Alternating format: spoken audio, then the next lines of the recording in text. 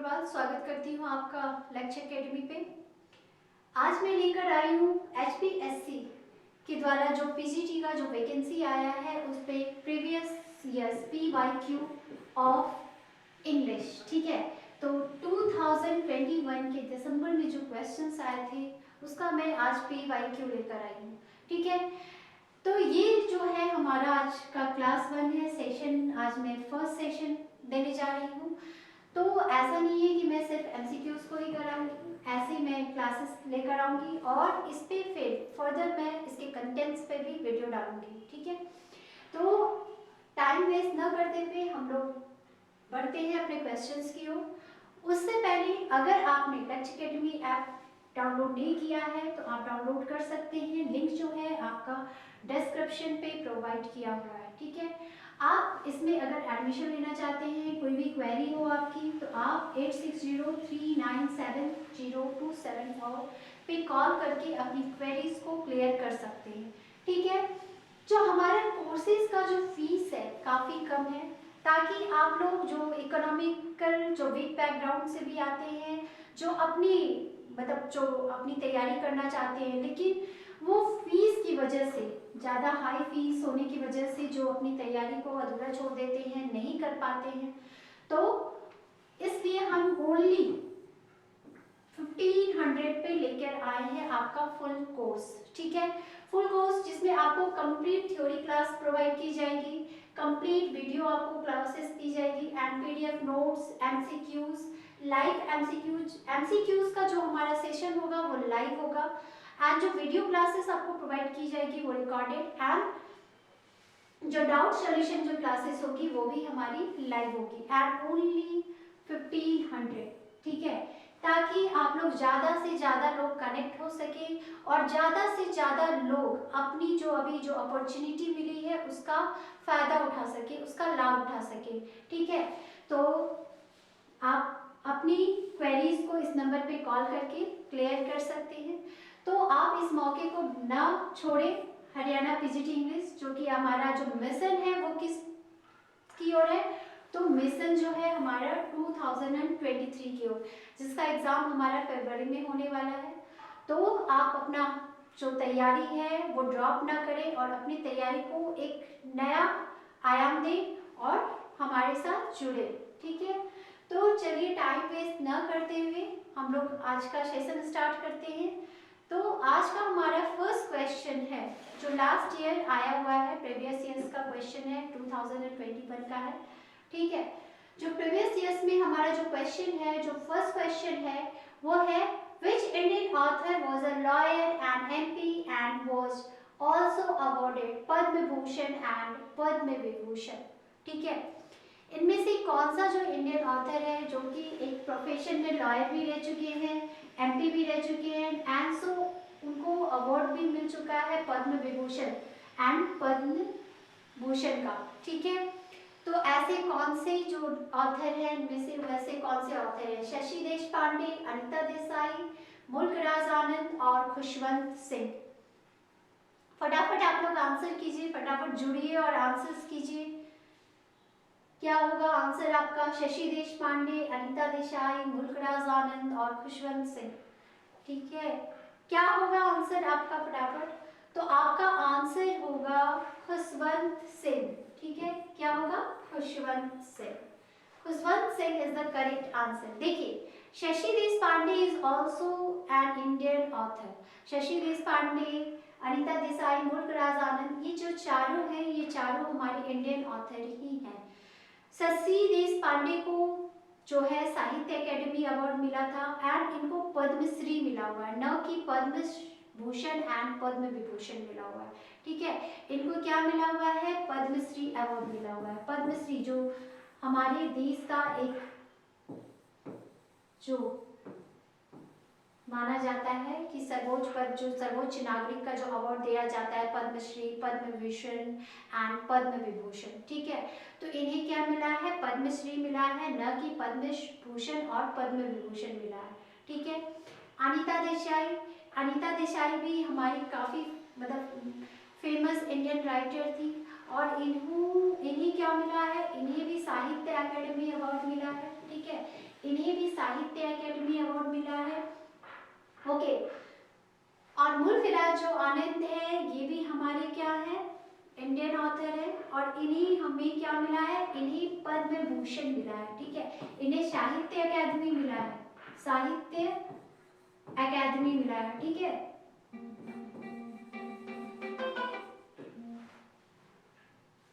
And Mulk Raj आनंद को भी क्या मिला है, पद्म भूषण मिला है, न कि पद्म विभूषण। तो हमारे आंसर भी क्या होगा, खुशवंत सिंह। खुशवंत सिंह जो थे हमारे पंजाब से बिलोंग करते थे। He was a lawyer, he was an MP, he was also awarded Padma Bhushan and Padma Vibhushan. I think आप लोगों को क्लियर हो गया होगा। ठीक है, चलिए नेक्स्ट क्वेश्चन पे आते हैं। Robert Frost and Walt Whitman belonged to which country? काफी इजी क्वेश्चन है। रॉबर्ट फ्रॉस्ट जो थे और वोल्ट विटमैन जो थे वो किस कंट्री से बिलोंग करते थे? इंग्लैंड से, फ्रांस से, जर्मनी से, यूनाइटेड स्टेट्स ऑफ अमेरिका। किस कंट्री से बिलोंग करते थे? फटाफट आप लोग जुड़िए और आंसर कीजिए, क्या होगा? England, France, Germany, United States of America. Which country? Yes, I am giving the answer. Option number D, यानी United States of America is the correct answer. ठीक है, United States of America is the correct answer. Robert Frost और volt Whitman जो थे वो American writers थे। ठीक है, वो कहाँ से थे? तो अमेरिका से बिलोंग करते थे। ही वॉज अमेरिकन राइटर, तो इसलिए ये कहाँ, which belong to which country? United States of America. I think आप लोगों को क्लियर हो गया होगा। चलिए नेक्स्ट क्वेश्चन पे मैं आती हूँ। Question number 3, choose the correct form of tense for words given in brackets. देखिए, हरियाणा का जो एग्जाम है उसमें ग्रामर पार्ट भी है एंड द लिटरेचर पार्ट। तो जो प्रीवियस ईयर्स PYQ में है, जैसे सीरीज में क्वेश्चंस है, मैं वैसे ही लेकर आ रही हूँ। ठीक है, तो इसमें हमारा क्वेश्चन नंबर 3 क्या है? Choose the correct form of tense for words given in brackets. I wonder if anything dash, यानी हैपन का आपका कौन सा फॉर्म, वर्ब का कौन सा फॉर्म, मतलब किस टेंस में जाएगा वो डालना है।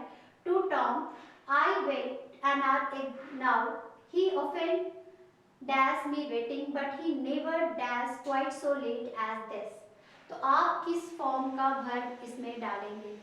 Had happened, I wonder if anything had happened to Tom, I had waited for an hour. Now he often keeps me waiting, but he never was quite so late as this. क्या ये correct है? या होगा has happened, have waited, has kept, has been.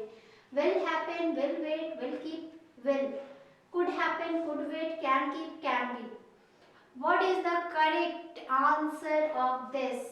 मतलब आपको correct form of tense में fill करना है। क्या होगा करेक्ट फॉर्म ऑफ टेंस? मेरे हिसाब से क्या होगा आंसर? मेरे हिसाब से इसमें बी होना चाहिए। B, I think B is the correct answer, correct option. ठीक है, कि I wonder if anything has happened to Tom, मतलब मैं सोचता हूँ कि क्या उसके साथ कुछ हुआ है, हुआ है, न कि हुआ था। ठीक है, to Tom I have waited an hour now.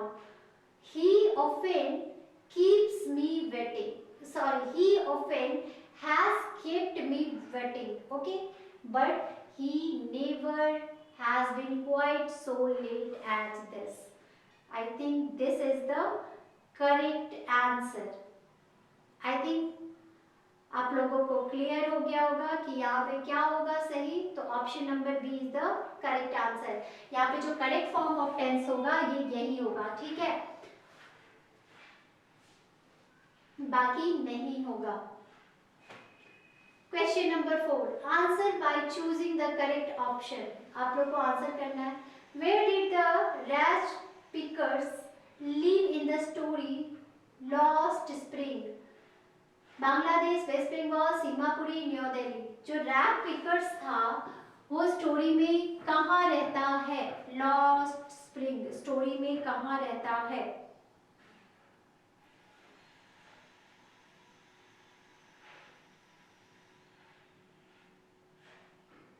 फटाफट बताइए आंसर।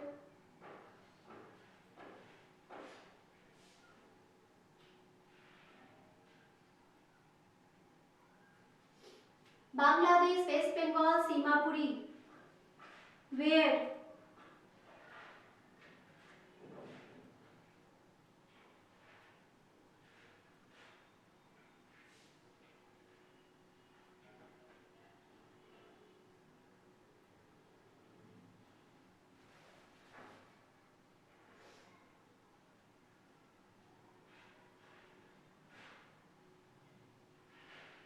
क्या होगा answer? Option number C is the correct answer, Seemapuri.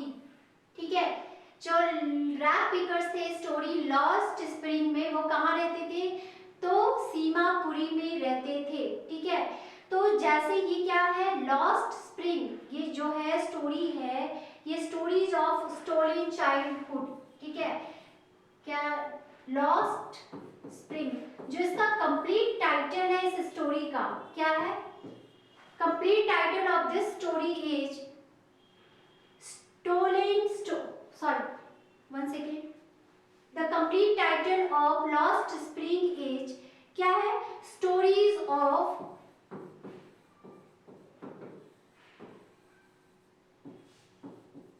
Stolen Childhood.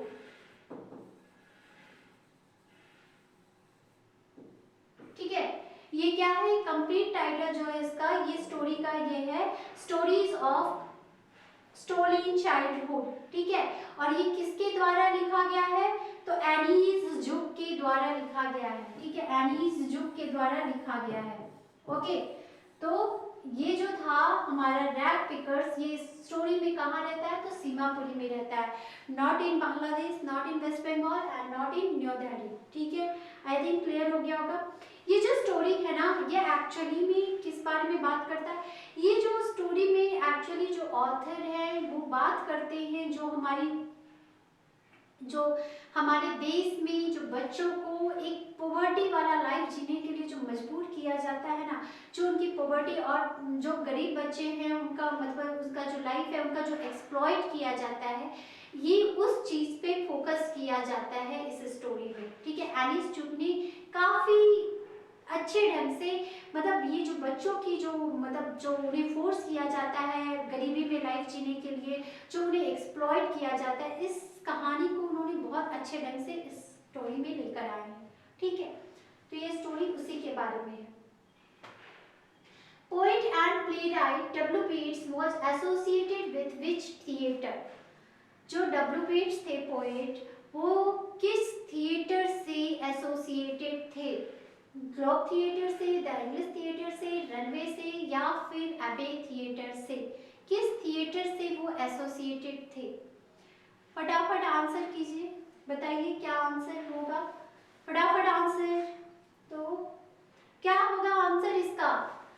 इसका आंसर होगा, बहुत ही इजी क्वेश्चन है, अगर आपने डब्ल्यू पीट्स पढ़ा है तो आप लोग आराम से जानते होंगे, एबे थिएटर। जो डब्ल्यू पीट्स जो थे ना, मैं एक बार थोड़ा सा इंट्रो दे देती हूँ डब्ल्यू पीट्स के बारे में। ठीक है,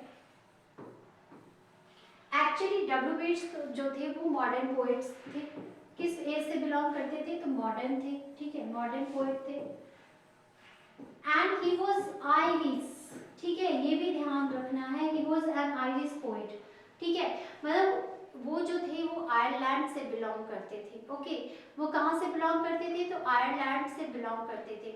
और जब भी डब्ल्यू पीट्स का नाम आएगा तो आयरलैंड आएगा ही, और उनके साथ एक कनेक्टिविटी होती है, एक थिएटर होता है एबे थिएटर, जो कि उन्होंने जो ये कब मतलब उसकी जो मतलब स्थापना हुई थी वो कब हुई थी? इन 27 दिसंबर 1904। ठीक है, अब ये थिएटर जो बना था वो कब बना था? 27 दिसंबर 1904 में। और डब्ल्यू पीट्स के साथ इसमें कुछ और लोग थे, उनके कुछ और फ्रेंड्स थे जो कि इस थिएटर के मेंबर थे। फॉर एग्जाम्पल इस थिएटर के मेंबर और जो थे वो थे J.M. Since, C.O. कैसी, और उनकी एक बहुत अच्छी फ्रेंड लेडी ग्रेगरी। ठीक है, ये डब्ल्यू पीट्स की काफी अच्छी फ्रेंड थी। तो ये जो थे ये इस थिएटर के मेंबर्स थे। डब्ल्यू पीट्स के साथ इन्होंने भी इस थिएटर को एस्टैब्लिश करने में काफी योगदान दिया था। ठीक है, तो कभी कभी किसी किसी एग्जाम्स में ये भी पूछ दिया जाता है कि डब्ल्यू बीट्स के साथ जो अबे थिएटर था कनेक्ट एसोसिएटेड था, उसमें और कौन से मतलब एसोसिएटेड थे डब्ल्यू बीट्स के अलावा। तो डब्ल्यू बीट्स के अलावा जेम्स इन, Sean O'Casey and lady Gregory were associated. I think clear हो गया होगा। और एक बात, ये जो ग्लोब थिएटर है ये किससे एसोसिएटेड है? तो इसमें मैं एक और आंसर दे देती हूँ। ग्लोब थिएटर जो है वो विलियम शेक्सपियर से एसोसिएटेड है, ठीक है। ग्लोब थिएटर का मोस्ट मतलब एक्चुअली विलियम शेक्सपियर का मोस्ट ऑफ द प्ले जो प्रीमियर होता था वो कहाँ होता था? तो ग्लोब थिएटर में, ठीक है।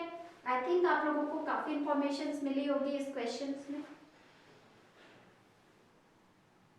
Next question, in the poem Felling the Banyan Tree, what contrast does bring about at the end of the poem? जो पोएम है हमारा फेलिंग द बनियान ट्री, उसमें क्या कंट्रास्ट लाते हैं? एंड ऑफ द पोएम में क्या कंट्रास्ट निकल करके आता है, ठीक है। There are plenty of trees both in Bombay and in Baroda, trees are everywhere, big cities have the most trees, there are hardly any trees in Bombay but Baroda had a lot of trees। क्या contrast है at end of the poem? बताइए, फटाफट answer कीजिए।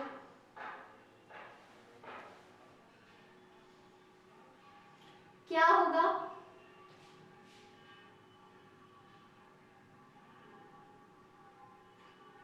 देखिए, contrast जो poem में निकल करके आता है वो आंसर होगा आपका question option number D. There are hardly any trees in Bombay but Baroda had lot of trees. कहा जा रहा है कि बॉम्बे में जो हार्डली मतलब शायद ही कोई ट्री होगा, लेकिन बड़ौदा में बहुत सारे ट्रीज है। एक्चुअली ये जो पोएम है ये किसके द्वारा लिखा गया है? तो ये पोएम जो है दिलीप चित्रे के द्वारा लिखा गया है। Who is the poet of this poem? तो दिलीप चित्रे, ओके, दिलीप चित्रे ये जो है इस पोएम के पोएट हैं। और ये जो पोएम है ये एक्चुअली किसके बारे में है?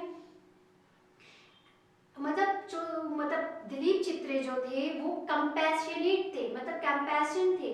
किस मामले में? तो फॉर ट्रीज एंड नेचर। मतलब वो जो पोएम इन्होंने ये लिखा है, ये दिस पोएम जो है ये एक्चुअली में नेचर और ट्रीज से रिलेटेड है। उनका कहना है कि इस पोएम में जो है ना फेलिंग द बनियान ट्री, ठीक है, फेलिंग द बनियान ट्री जो पोएम है इसमें उन्होंने लास्ट में क्या बोला है कि बॉम्बे में शायद ही कोई ट्री होंगे, लेकिन बड़ौदा जो है ऐसा उन्होंने कहा है क्योंकि बॉम्बे जो है एक मेट्रो सिटीज है, लोग वहाँ बस रहे हैं, ज़्यादा बढ़ रहे हैं, तो उनका वही कहना था। और वो जो थे लवर थे, ये पोएट जो थे वो क्या थे? कंपैशनेट थे। किस मामले में? ट्रीज एंड नेचर के लिए, okay. Next question, the two important writers of the Victorian age are. देखिए, अगर आप लोग पीजीटी की तैयारी कर रहे हैं तो आप लोगों को एज जो है वो क्लियर होना चाहिए, ठीक है। एज जो है वो क्या होना चाहिए? क्लियर होना चाहिए। एज का जो मतलब ड्यूरेशन है और एज के जो राइटर हैं, आप लोग जैसे क्या होता है ना कि एग्जाम में समटाइम ये क्वेश्चन आ ही जाते हैं, तो आप लोग को सारे एजेस में कितनी मतलब उनका जो ईयर है, एजेस का year and the major writers of the age, ये बना करके एक चार्ट अपने रूम में लगा लेना चाहिए। मैं तो यही सजेस्ट करती हूँ, क्योंकि इससे क्या होता है ना कि आपको जो एज है और एज के जो राइटर्स हैं वो उसमें जो है काफ़ी क्लैरिटी आ जाएगी, ठीक है, क्या भी क्लैरिटी आ जाएगी, ओके। तो जैसे विक्टोरियन एज के जो फेमस राइटर्स हैं वो कौन हैं इसमें आपको बताना है। तो Charles Dickens, John Donne, Shakespeare and Donne, Tennyson and Charles Dickens, Bacon and Eliot, कौन है बताइए।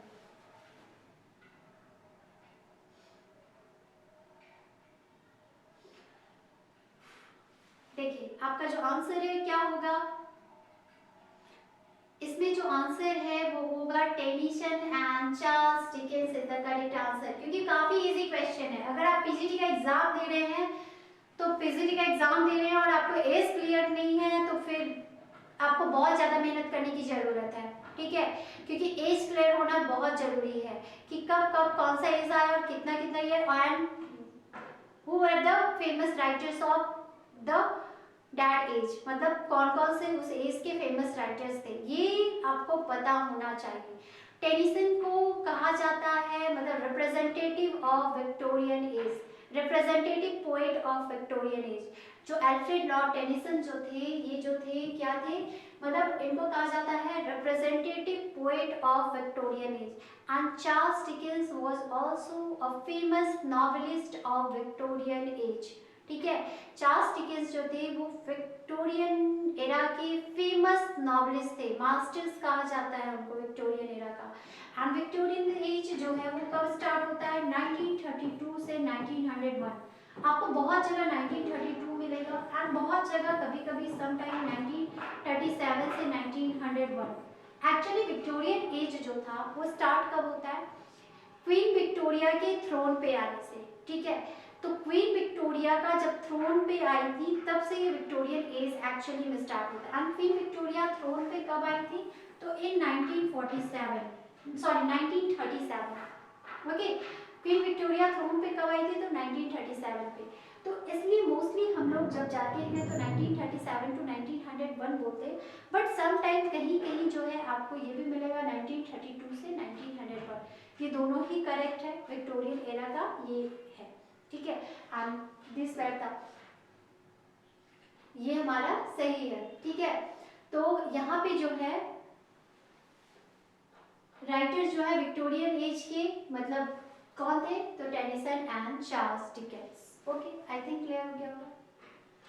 चलिए नेक्स्ट क्वेश्चन पे हम लोग आते हैं।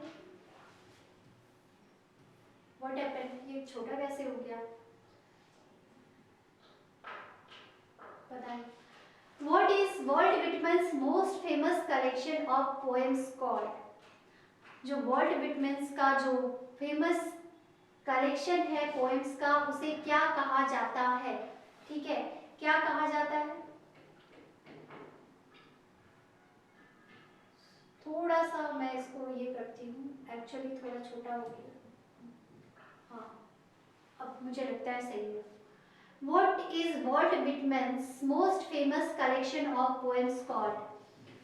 तो वॉल्ट विटमन का जो फेमस कलेक्शन था पोएम्स का, उसका नाम क्या था। ऑप्शन नंबर ए है the tower, the ballads, leaves of grass, the light house.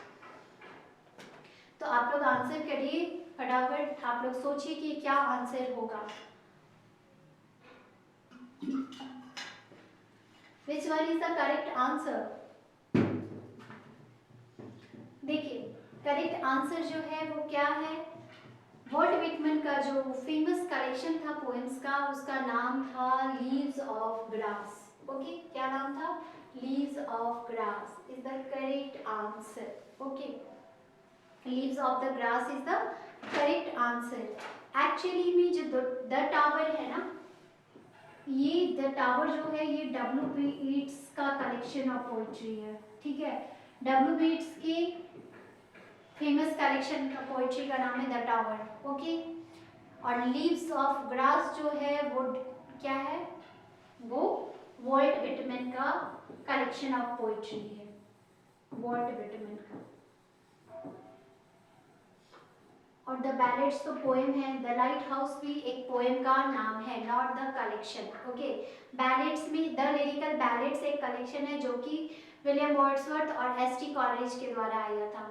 और द लाइट हाउस जो है एक्चुअली में ये क्या है, लॉन्गफेलो, H.W. लॉन्गफेलो का ये एक पोएम है। ठीक है, H.W. लॉन्गफेलो का ये एक पोएम है। ओके, आई थिंक आप लोगों को क्लियर हो गया होगा। तो आंसर क्या है आपका, वॉल्ट विटमन। क्लियर। चलिए मैं नेक्स्ट क्वेश्चन पे आती हूँ। नेक्स्ट क्वेश्चन है हमारा क्वेश्चन नंबर 9। क्वेश्चन नंबर 9 क्या है, what was the idea behind applying makeup in the story poets and pancakes. मतलब जो आइडिया था applying makeup story poets and pancakes में, जो मेकअप का अप्लाई मेकअप अप्लाई करने का जो मतलब था, उसमें क्या आइडिया था, इस मेकअप अप्लाई करने के पीछे क्या आइडिया था राइटर का, ऑथर का। To cover each and every pore of the face, जो मेकअप अप्लाई हो रहा है उसके पीछे का आइडिया क्या था, cover each and every pore of the face, to have fun, to look different or to feel happy. क्या होगा? What is the answer?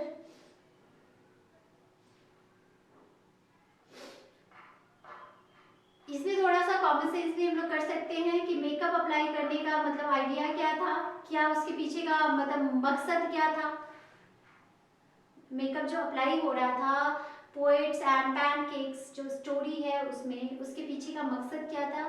तो मकसद यही था कि जो फेस है उसका ईच और एवरी पोर जो है वो कवर अप हो जाए, ठीक है, to cover each and every pore of the face.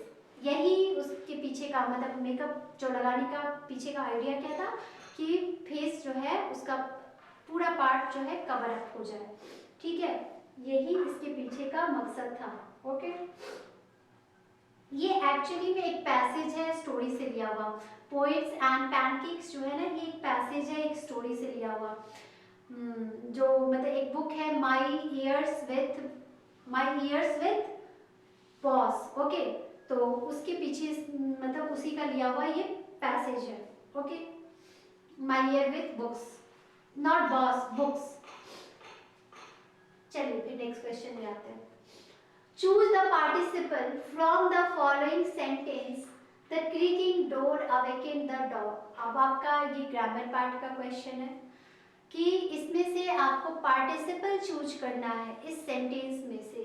The creaking door awaken the dog, इस पूरे सेंटेंस में कौन सा वर्ड जो है वो पार्टिसिपल होगा?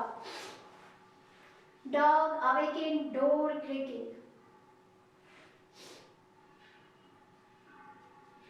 Tell me what is the correct answer? Dog होगा, अवेकन होगा, डोर होगा, क्रीकिंग होगा, क्या होगा आंसर?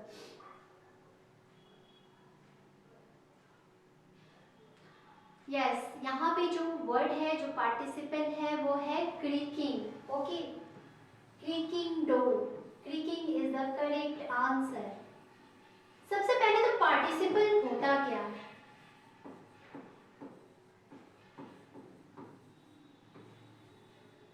जब मैं ग्रामर पढ़ाऊंगी तो इस पे मैं जब वीडियो डालूंगी ग्रामर पार्ट पे, जेरेंट, इन्फिनेटिव और participle. Okay, Geraint, infinitive and participle, उसमें एक पार्टिसिपल आता है, तो मैं थोड़ा सा इसमें आपको ब्रीफ इंट्रो दे देती हूँ पार्टिसिपल का। एक्चुअली जो पार्टिसिपल होता है उसको हम लोग वर्बल एडजेक्टिव भी कहते हैं। क्या कहते हैं? वर्बल एडजेक्टिव भी कहते हैं, ठीक है। एक्चुअली जो मतलब ये पार्टिसिपल जो है वर्ब का ऐसा फॉर्म, ठीक है, ऐसा वर्ब का फॉर्म यानी वर्ब का आईएनजी फॉर्म भी हो सकता है, वर्ब का आईएनजी फॉर्म या फिर वर्ब का थर्ड फॉर्म V3। अगर वो एडजेक्टिव के रूप में काम करे तो समटाइम एडजेक्टिव के रूप में भी ये काम करता है, वर्ब का आईएनजी फॉर्म एंड वर्ब का थर्ड फॉर्म, तो क्या हो जाता है? पार्टिसिपल के फॉर्म में आ जाता है। तो यहाँ पे बोला जा रहा है द क्रीकिंग डोर अवेकिंग, मतलब कैसा डोर? तो क्रीकिंग डोर, डैट मीन्स यहाँ पे क्रीकिंग क्या है? वर्ब का ये कौन सा फॉर्म में है? तो आईएनजी फॉर्म में है, और ये क्या काम कर रहा है? तो एक पार्टिसिपल वर्बल एडजेक्टिव का काम कर रहा है, ठीक है। कैसा डोर? तो क्रीकिंग डोर, डैट मीन्स यहाँ पे क्रीकिंग क्या है? This is participle. I think आप लोगों को क्लियर हो गया होगा कि यहाँ पे पार्टिसिपल है कौन, ठीक है। अवेकेंड क्या है? ये तो सिंपल सा वर्ब का ही काम कर रहा है, और डॉग जो है वो क्या है? नाउन है। दैट मीन्स पार्टिसिपल कौन है? वर्बल एडजेक्टिव का काम कौन कर रहा है? क्रीकिंग कर रहा है। कैसा डोर? तो क्रीकिंग डोर, जो आवाज करने वाला डोर, ठीक है, मतलब क्रिक कर रहा है जो डोर। ओके, द डोर क्रिक्ड अगर बोलते हैं तो वो क्या हो जाता? वर्ब के फॉर्म में आ जाता, नॉट द पार्टिसिपल, ठीक है। यहाँ पे क्या? क्रीकिंग डोर, दैट मीन्स यहाँ पे ये जो क्रीकिंग है ये पार्टिसिपल का काम कर रहा है। ओके, तो आई होप आप लोगों को ये सेशन पसंद आया होगा, और आप इसमें और भी मतलब आप इसको कोर्स में एडमिशन लेना चाहते हैं तो ओनली ₹1500 फ्लैट आपको 90% ऑफ मिल रहा है। 15,000 की जगह ओनली 1500, इतना कम प्राइस आपके लिए ही रखा गया है ताकि अब जो अफोर्ड नहीं भी कर सकते वो भी आप इस क्लासेस को ज्वाइन कर सकते हैं, ठीक है। और हम लोग चाहते हैं ऐसा कि आप लोग ज़्यादा से ज़्यादा स्टूडेंट्स इस जॉब को एक्वायर कीजिए, आप लोगों के लिए ही है, ठीक है।